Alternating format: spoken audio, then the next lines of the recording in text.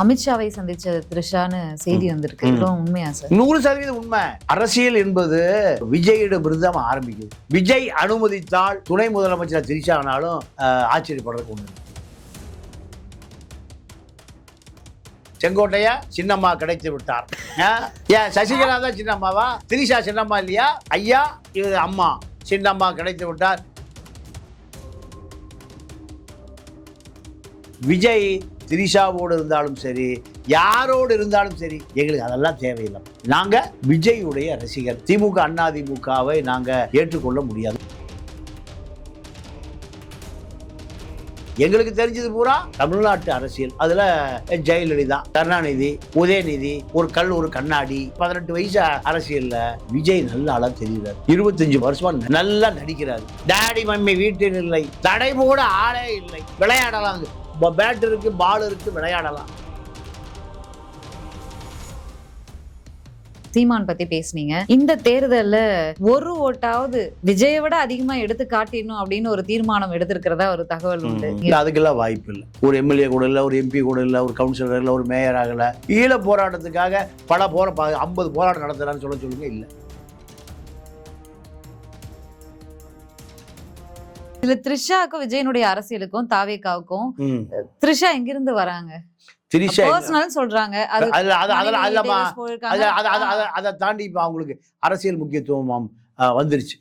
நீங்க சார் ஒரு ஃபங்க்ஷன் கூட்டிட்டு வந்தா வருவாங்க கூடி சீக்கிரம் வருவாங்க. கூடி விரைவில் வருவார்கள். தேர்தல் முடிந்த பிறகு அந்த அம்மாவை இப்ப வந்து ஸ்கிரீனுக்கு பின்னாடி இருக்காங்க. அந்த அம்மா தான் இப்போ பாஜகவையும் விஜயும் சேர்த்து வைத்தது த்ரிஷா தான். பாலக்காட்டு ஐயர்கள் எவ்வளவு அறிவாளி உங்களுக்கு தெரியுமா இல்லையாம்மா? 50 வயசு ஆகி போச்சுமா, இனி நடிப்பெல்லாம் வேண்டாம், இனி அரசியலுக்கு வந்தெல்லாம் முடிவு பண்ணிட்டாங்க. சரியா? அப்போ விஜய் அதை அனுமதித்து விட்டார். சங்கீதாவை 400 கோடி ரூபா கொடுத்து டைவர்ஸ் கதை முடிஞ்சுது. இனி சங்கீதா இடத்தில் த்ரிஷா தான். இது இனி போக போக எல்லா விஷயங்களும் பொது வழிக்கு வந்தே தீரும். த்ரிஷா இல்லாமல், விஷ்ணு ரெட்டி இல்லாமல், பாசியம் அபினேஷ் ரெட்டி இல்லாமல் அவரால் இயங்க முடியாது. நேற்றைக்கு ஒரு பிரதான செய்தி பேப்பர்ல வந்து அமித்ஷாவை சந்திச்ச த்ரிஷான்னு செய்தி வந்திருக்கு. இவ்வளவு உண்மையா சார்? 100% உண்மை. அரசியல் என்பது நீங்க விஜயிடமிருந்து தான் ஆரம்பிக்குது. விஜய் அனுமதித்தால் நீங்க துணை முதலமைச்சர் த்ரிஷா ஆனாலும் ஆச்சரியப்படுறதுக்கு ஒண்ணு இல்லை. ஏன் ஜெயலலிதா முதலமைச்சர் ஆகலையா? நீங்க 1980 ஜெயலலிதா முதலமைச்சர் உங்களுக்கு தெரியுமாமா? தெரியாது. எம்ஜிஆர் முதலமைச்சர் 1977 ஜெயலலிதா முதலமைச்சர் யாருக்கா தெரியுமா? தெரியாது. அப்போ எம்ஜிஆருடைய அரசியல் நீங்க மங்குகிற பொழுது, எம்ஜிஆர் மருத்துவமனைக்கு போகிற பொழுது, எம்ஜிஆர் உடல் நிலை சரியில்லாத பொழுது இந்த அரசியலை தூக்கி நிறுத்தது யாரு? அன்றைய த்ரிஷா ஜெயலலிதா தானே. இன்னைக்கு விஜய்க்கு த்ரிஷா, எம்ஜிஆருக்கு ஜெயலலிதா. இதுல என்ன பெரிய வேறுபாடு? நடிகை முடிஞ்சது, கதை முடிஞ்சது. 50 வயசு ஆச்சு, கதை முடிஞ்சது. இனி மீதி காலம் அரசியல் தான். குஷ்பு அரசியல் இல்லையா? ராதிகா வல்லியா? விந்தியா வல்லியா? அல்ல அரசியலுக்கு வரலையா? எம்பி ஆகலையா? நக்மா வல்லியா? வந்தாங்க, களத்துக்கும் வந்தாங்க. விஜய் ரேகா வல்லியா? ஹேமா மாலினி வல்லியா? இன்னொரு கங்கனா ரனாவத் எம்பியா இருக்காங்க. கங்கனா ரனாவத் வல்லியா? வந்தாங்க, களத்துக்கும் வந்துட்டாங்க. விஜயே இன்னும் களத்துக்கு வரல. இதுல த்ரிஷா வேற வந்துட்டு தமிழ்நாட்டு மக்களுடைய தாய், அடுத்த தாய் தயாராகிவிட்டார்கள். அடுத்த அம்மா தயாராகிவிட்டார்கள். இதை மக்கள் அப்படித்தான். மக்கள் வந்து கண்ணுக்கு குளிர்ச்சி அரசியல் பண்ணட்டுமே, குழுன்னு அரசியல் பண்ணட்டுமே, ஏயா ட்ரையா அரசியல் பண்றீங்க?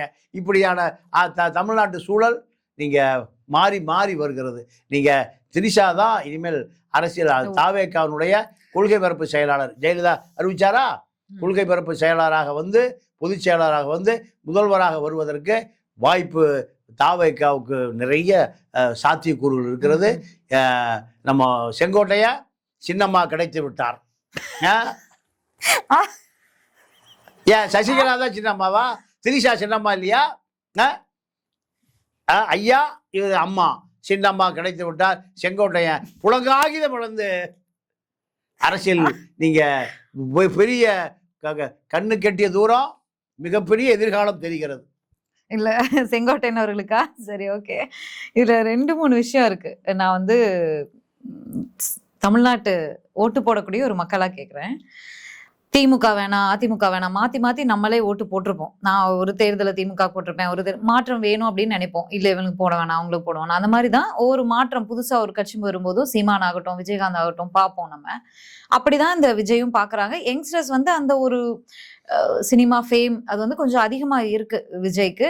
அவர் என்ன பேசுறாருன்னு கூட பார்க்க மாட்டாங்க. இதெல்லாம் இருக்கு. சரி, கண்ணை மூடிட்டு விஜய் அப்படின்னு ஓட்டு போடக்கூடிய மக்கள் அவருடைய அந்த பர்சனல் லைஃப் இஷ்யூ ஆகட்டும், இல்ல அது பேசிட்டு இருக்கும்போதே அவருடைய அந்த ஒர்த் இல்ல அப்படிங்கிற பேச்சு, அவர் கட்சியில ஒரு பெண்களுக்கு கொடுத்த மரியாதை, அந்த அஜிதாவை நடத்தின விஷயம்ல இருந்து நிறைய விஷயங்கள் இருக்கு.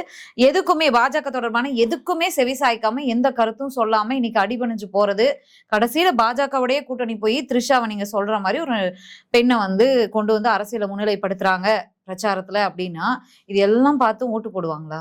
ஆமா, நல்ல கேள்வி, ஆழமான கேள்வி, ரொம்ப நீண்ட கேள்வி. இதுக்கு ஒரே பதில் என்னன்னா, விஜயை நேசிக்கிற யாருமே ஒரு நீண்ட நெடிய கொள்கைவாதிகள் அல்ல, சிந்தனைவாதிகள் அல்ல. நான் குறையெல்லாம் சொல்லலை. அவர்களுக்கு தெரிந்தது பூரா என்ன? விஜய் விஜய் விஜய் விஜய் விஜய், உங்கள் விஜய் உங்கள் விஜய், புயல் என வருவார். இதுதான். நீங்க ஒரு காலத்துல அதிமுக எழுதுமா சொல்லுவான், எம்ஜிஆர் கட்சின்னு தான் சொல்லுவோம். அனைத்து இந்திய அண்ணா திராவிட முன்னேற்ற கழகம் சொல்ல மாட்டான். எம்ஜிஆர் கட்சியா? நாங்கெல்லாம் எம்ஜிஆர் கட்சி. நாங்கெல்லாம் 77 ஆட்சிக்கு வந்த பிறகுதான் அது அதிமுகன்னு அவனு சொல்லவே தெரிஞ்சது. இப்ப அது விஜய் கட்சி தான். விஜய் திரிஷாவோடு இருந்தாலும் சரி, யாரோடு இருந்தாலும் சரி, எங்களுக்கு அதெல்லாம் தேவையில்லைப்பா. நாங்க விஜயுடைய ரசிகர். திமுக அதிமுகவை நாங்க ஏற்றுக்கொள்ள முடியாது. ஒரு சக்தி வேணும். அப்போ எங்களுக்கு தெரிந்த ஒரே சக்தி விஜய் தான். அவர் பிரச்சனைக்கு அவர் பேச மாட்டேங்கிறாரே, அவரை நம்பி எப்படி ஓட்டு போடுறது? இல்ல, எங்களுக்கு அதெல்லாம் தெரியாது. விஜய் எங்களுக்கு தலைவராக தெரிகிறாரு. தலைவர் ஸ்தானத்தை நாங்கள் வச்சு பார்க்குறோம், அவ்வளோதான். அதை தாண்டி எங்களுக்கு என்னையா தெரியும்? எதை சொல்லி கொடுத்தீங்க? தமிழ்நாட்டு அரசியல், இந்திய அரசியல், சர்வதேச அரசியல், வளைகுடா அரசியல், இதாக எங்களுக்கு சொல்லி கொடுத்தீங்க. எங்களுக்கு தெரிஞ்சது பூரா தமிழ்நாட்டு அரசியல். அதில் ஜெயலலிதா, கருணாநிதி, உதயநிதி, ஒரு கல் ஒரு கண்ணாடி, இப்படித்தான். இதில் எங்களுக்கு தெரிஞ்ச 18 வயசு அரசியலில் விஜய் நல்ல ஆளாக தெரிகிறார்.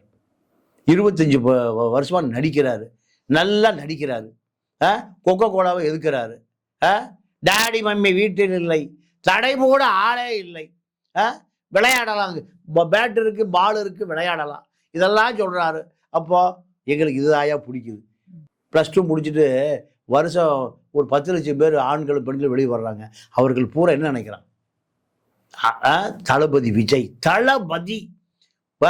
பொதுக்குழு செயற்குழு பூரா உச்சி வெயில போடுறாரு. போய் நிற்கிறானா இல்லையா? கல்யாண மண்டபத்தில் போட்டாலே அவனும் போக மாட்டான். சாப்பாடு கிப்பாடு சரக்கு பொட்டலம் பிரியாணி தயிர் சாதம் தக்காளி சாதம் கொடுத்தாலும் ஒன்றும் போக மாட்டான். திமுக அதிமுக அங்கே எங்கே போய் நிற்கிறான்? உச்சி வெயில நீர்ச்சத்து உடம்புல குறைஞ்சி விழுந்து சாவுறான். டாய்லெட் தண்ணி எடுத்து குடிக்கிறான். திருப்பி கூட்டம் போறானா இல்லையா? 41 பேர் இறந்து போனதுக்கு பின்னாடி போறானா இல்லையா? ஒரு பொம்பளை சொல்றான், நாங்க பொண்டாட்டி போனா என்னையா, நாங்களாம் தாயா பொண்டாட்டி. சொன்னாலா இல்லையா? கேட்டீங்களா இல்லையா? அப்போ 2 குழந்தை செத்து போச்சு. நான் யார் செத்தா எங்க தளபதி நான் போய் பார்ப்பேன். ஐசியூவில் படுது, அதை பத்தி இல்லை, நான் தளபதியை போய் பார்ப்பேன். இப்படி ஒரு கூட்டம் வந்துருச்சா இல்லையா? இந்த காட்டு முராண்டி கூட்டத்தினுடைய தலைவன் தான் விஜய். அங்க கொள்கை கோட்பாடு சித்தாந்த வேதாந்தம் கொள்கை ஒன்றும் கிடையாது. கக்கனை தெரியுமா? காமராஜ் தெரியுமா? ஜீவாவை தெரியுமா? யாரை தெரியும்? ஒருத்தரையும் தெரியும். எங்களுக்கு தளபதி விஜய், தளபதி தளபதி. நீங்க அது பெரிய கொடுமை என்னன்னா, மலேசியாவுக்கு இங்கிருந்து போயிருக்கான், டிக்கெட் வாங்கிட்டு போயிருக்கான், ஐரோப்பாவிலிருந்து வந்திருக்கான். நடந்ததா இல்லையா? ஒரு முறை விஜய்க்கு வாக்களித்து அவரை முதல்வர் நாற்காலியில் உட்கார வைத்து அன்னை திரிஷாவையும் ஏற்றுக்கொண்டால் இந்த நாடு சுபிட்சமாக நொய்யல்ல தேனாரும் பாலாரும் அலைகடந்து ஓடும். ஓகே. இந்த நீங்க சொன்ன மாரி இந்த மாரியான பெண்கள் பேசினது, ஆண்கள் பேசுறது, கொள்கைனா என்ன, பெரியாரைய கூட தெரியல, காமராஜர தெரியல, யாரையுமே தெரியல, விஜய் மட்டும் தான் தெரியும். இப்படியான ஆட்கள் இருக்கிறத பார்க்க முடியுது. படிச்ச இளைஞர்களும் அங்க போய் குவிஞ்சிருக்கிறதையும் பார்க்க முடியுது. இந்த சம்பவத்துக்கு பிறகு அவங்க மனைவி வந்து டிவோர்ஸ் பண்றாங்க. அது பெர்சனல்.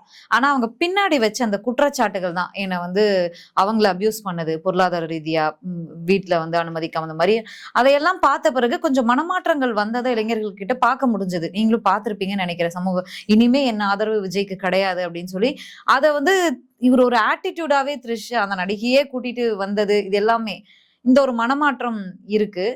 பிளஸ் வந்து இந்த கூட்டணி ஃபார்ம் பண்றதுல இந்த தேமுதிக விஜயகாந்துக்கு ஒரு மாஸ் இருக்கு. அதாவது ஓட் பேங்க் வந்து குறைஞ்சிருந்தா கூட அந்த மதுரை மாநாட்டுல ஒரு கூட்டத்தை காட்டியிருக்காங்க.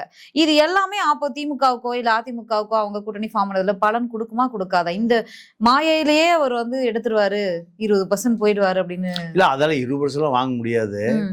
ஒரு 10% வாங்கலாம். அது 6.5 கோடி வாக்காளர்ல ஓட்டு 70% தான் வாக்குப்பதிவாகுது. 6.5 கோடியில 5,000 ஒரு 4 கோடி ஓட்டு விழுகும். அதுல 10% ஒரு 40 லட்சம் ஓட்டு வாங்குவார், ஒரு 50 லட்சம் ஓட்டு வாங்குவார். அவ்வளவுதான்.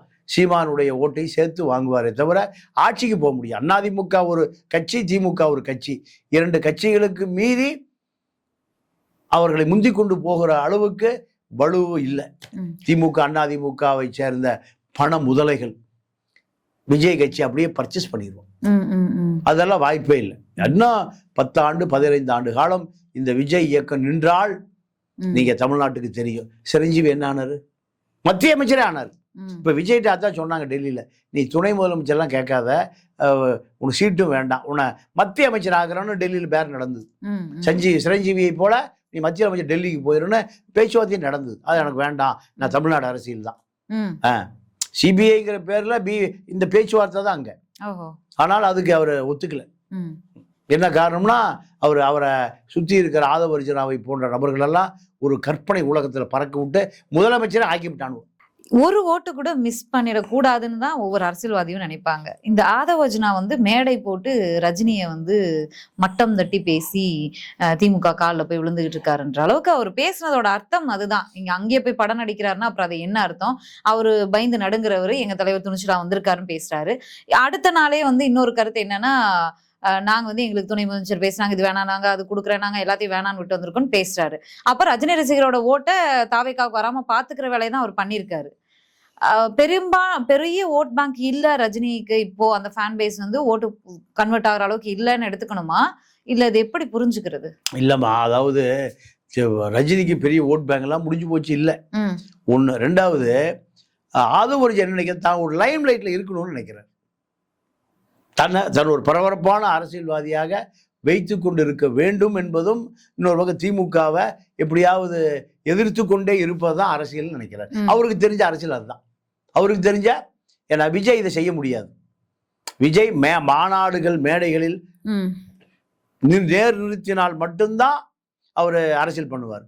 ஆனால் இது போன்ற விஷயங்களை நீங்க ஆதவ அர்ஜுனா மூலம்தான் தாவேகா திமுக அதிமுகவை போல நாங்களும் லைம் லைட்ல இருக்கோம் என்பதற்காக ரஜினியை சீண்டி பார்த்ததெல்லாம் இது போன்ற செயல்களுக்காக ஒரு அங்கீகாரம் கிடைப்பதற்கான செயலை தவிர வேற ஒன்று இல்லை.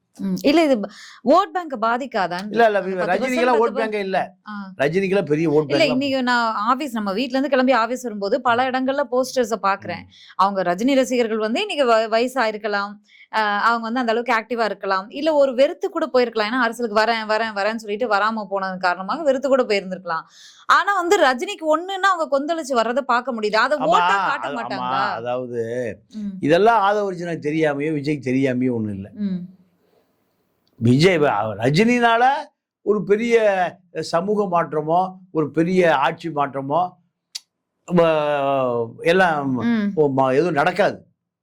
ரஜினி ஒரு நடிகர், ஒரு முன்னாள் நடிகர், இந்நாள் நடிகர். அப்போ பெரிய அரசியல்ல ஒரு தாக்கத்தை ஏற்படுத்த முடியாதுன்னு தெரிந்த பிறகுதான் இது போன்ற வேலைகளை ஆதவ அர்ஜுனா செய்யறாரு. ஏன்னா அவர் ஒரு பெரிய ஐடி விங் வச்சிருக்காரு. வாய்ஸ் ஆஃப் காமன் வச்சிருக்காரு. அதுல நிறைய சர்வே, நிறைய டேட்டா, ஹார்ட் ஒர்க் பண்றாரு. இதுல ஒண்ணும் இல்லையா ரஜினி டம்மி பீஸ். பெருசா ஊருக்கு 5 பேர் இருக்கான், போஸ்ட் அடிச்சு விட்டுவான், 500 போஸ்ட் அடிச்சு விட்டுவான். ஒரு ஆள் 500 போஸ்ட் அடிச்சு விட்டுவான்.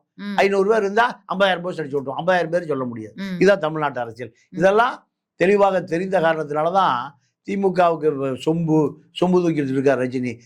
இந்த விஷயம் ஆதவர்ஜுனா திமுகவை, ரஜினியை சீண்டக்கூடிய வலிமையான நபர். இந்த பிரகடனத்திற்காகத்தான் இந்த செய்தியை சொல்லி தன்னை நிலைநிறுத்தி கொண்டார் ஆதவர்ஜுனா. கடைசியா நீங்க சொன்னதுனால ஒரே ஒரு கேள்வி. சீமான் பத்தி பேசுனீங்க. இந்த தேர்தல்ல ஒரு ஓட்டாவது விஜயை விட அதிகமா எடுத்து காட்டிடணும் அப்படின்னு ஒரு தீர்மானம் எடுத்திருக்கிறதா ஒரு தகவல் உண்டு. அதுக்கெல்லாம் வாய்ப்பு இல்லை. 15 ஆண்டு காலமா எந்த பரபரப்பும் செய்யாத சீமான் ஒரு எம்எல்ஏ கூட இல்லை, ஒரு எம்பி கூட இல்லை, ஒரு கவுன்சிலர் இல்லை, ஒரு மேயர் ஆகலை. ஈழ போராட்டத்துக்காக 50 போராட்டம் நடத்துறான்னு சொல்லுங்க. இல்லை, 40 ஆண்டு காலமா அகதி முகாம்லேயே கிடக்கிறான். ஒரு நாள் கூட அவர் அகதி முகாம் பக்கம் எட்டி பார்த்ததே இல்லை. ஈழத்தமிழர்களுக்காக மாநாடு நடத்தினதாக எந்த வரலாறு இல்லை. ஈழத்தமிழர்களுக்காக பிரபாகருடைய படத்தை போட்டால் மட்டும் பிரபாகர் எப்படி கொல்லப்பட்டார், என்ன நடந்தது, மீண்டும் ஈழத்தமிழர்களுக்கான போராட்டம் என்ன, எதுவுமே இல்லை. புது வாக்காளர்கள் திமுக, அதிமுக எதிர்ப்பு வாக்கு வங்கி சீமானிடம் போவதற்கு என்ன காரணம்? திமுகவை எதிர்த்தார். இப்போ திமுக எதிர்க்கிறது, அதிமுக எதிர்க்கிறது இல்லை. இந்த பக்கம் சாட்டை திமுகவை முட்டு கொடுத்து 2 கோடி ரூபாய் வாங்கி தான் அந்த சாட்டை இணையதளமே நடத்துறாரு. சீமானை பொறுத்த வரைக்கும் இலை மலர்ந்தால் ஈழம் மலர்னு அதிமுகவோடு பயணித்தவர். இப்போ திமுகவுக்காக விஜயை அடிக்கிறார். இது மக்களுக்கு தெரியுது. அப்போ விஜயகாந்த் எப்படி இருந்தார், அதே போல இப்போ சீமானுடைய நிலைமையும், சீமானுடைய வாக்கு, புது வாக்காளர்கள், இளைஞர்கள் அத்தனை பேர் எங்கே போயிட்டான்? விஜய்கிட்ட போயிட்டான். ஒரு ஓட்டு இல்லை, ஒரு ஓட்டு கூட கிடைக்காது. அதுதான் சீமானுடைய நிலைமை. பொறுத்திருந்து பார்க்கலாம். என்னதான் நிறைகுறைகள் இருந்தாலும் மற்ற கட்சிகள் கொஞ்சம் கருத்தியலா, கொள்கை ரீதியா பேசிக்கிட்டு இருப்பாங்க. அதை போய் சேர்ந்திருக்கா அவங்களுக்கு அப்படிங்கிறது இந்த தேர்தலில் தெரிஞ்சிடும் நினைக்கிறேன். மீண்டும் பேச. நன்றி, வணக்கம்.